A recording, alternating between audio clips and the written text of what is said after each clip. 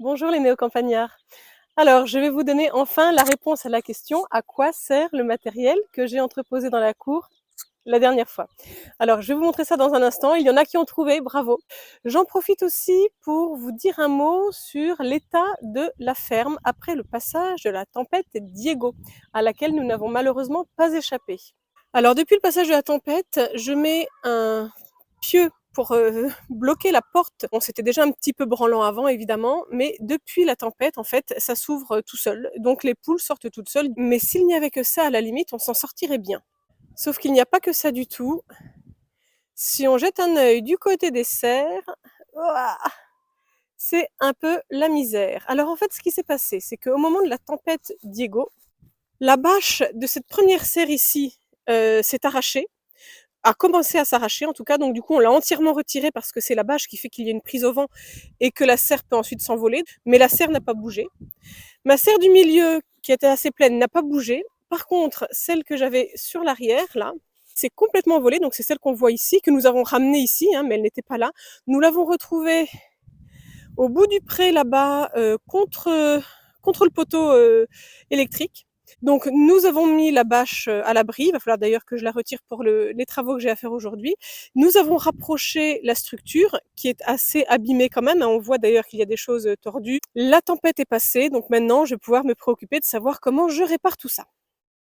Bon, à côté de ça, plein de bonnes choses aussi, notamment les piou-piou que je sors là, voilà, vous les voyez? Donc quand il fait beau, je les mets un peu dehors comme ça pour qu'ils en profitent, ils en ont besoin. De toute façon, là maintenant, ils ont 3 semaines, il est largement temps. Il faut qu'ils aillent dehors, sauf que là, avec le coup de froid qu'on a eu, la neige du 1er avril et la tempête Diego, c'était juste pas du tout possible de les sortir. Mais là, on rattrape un petit peu, donc je les sors.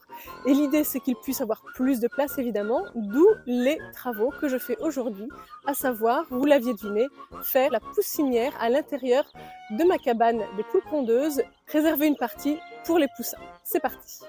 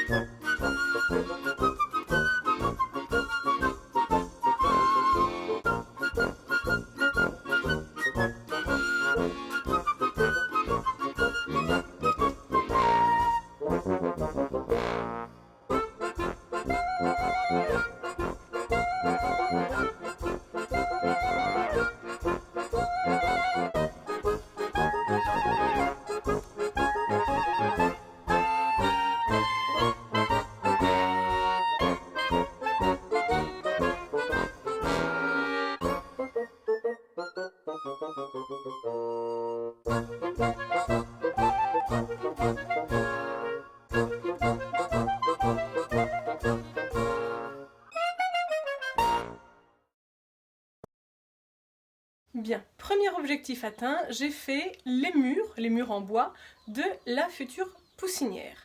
Deuxième objectif, faire une sorte de couvercle. Je voudrais faire un couvercle en grillage de façon à protéger mes poussins qui, alors bon, eux dans un premier temps ils passeront pas par-dessus les 60 cm, mais d'abord ils vont grandir, ça, donc un jour ils risqueraient de passer par-dessus, évidemment, et puis surtout je veux les protéger des rats. C'est vraiment ça ma principale inquiétude, donc couvercle grillagé obligatoire. Mais pour ça, il faut quand même que je sois un minimum à niveau et je n'ai pas du tout vérifié avant de commencer. Bon, je vais vérifier maintenant en espérant qu'il ne soit pas trop tard, sinon j'essaierai de rattraper comme je peux.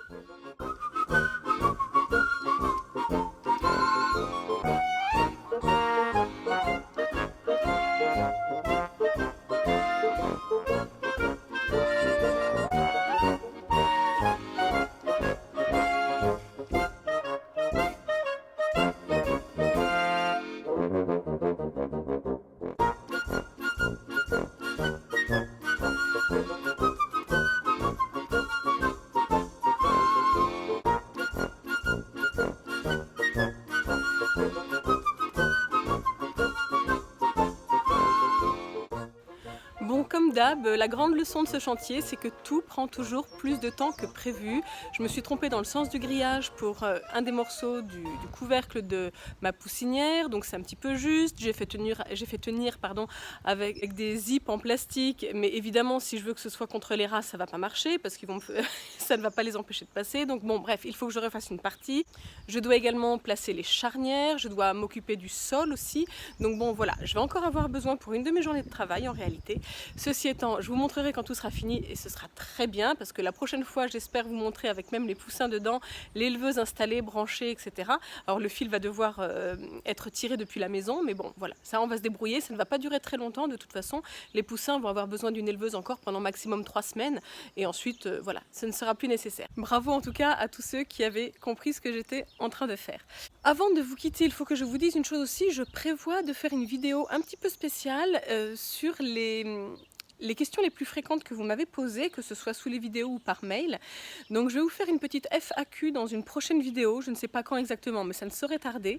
Donc si vous avez d'autres questions, c'est le moment, posez-les en dessous de cette vidéo, comme ça j'essaierai d'inclure tout ça. Alors ce ne sera pas du direct, je ne me sens pas de faire du direct pour une histoire de connexion. Je suis dans un endroit où la connexion est quand même assez mauvaise. Pour vous donner une petite idée, quand je fais une vidéo de 12-15 minutes, il me faut 8 heures à peu près pour l'uploader. Donc je la mets en route le soir pour qu'elle soit uploadée le lendemain matin. Ce qui n'empêche pas que quelquefois ça plante, ce qui explique qu'il ait pu m'arriver d'avoir une journée de retard dans la mise en ligne de la vidéo. Ça ne me semble pas être des conditions excellentes pour faire du direct.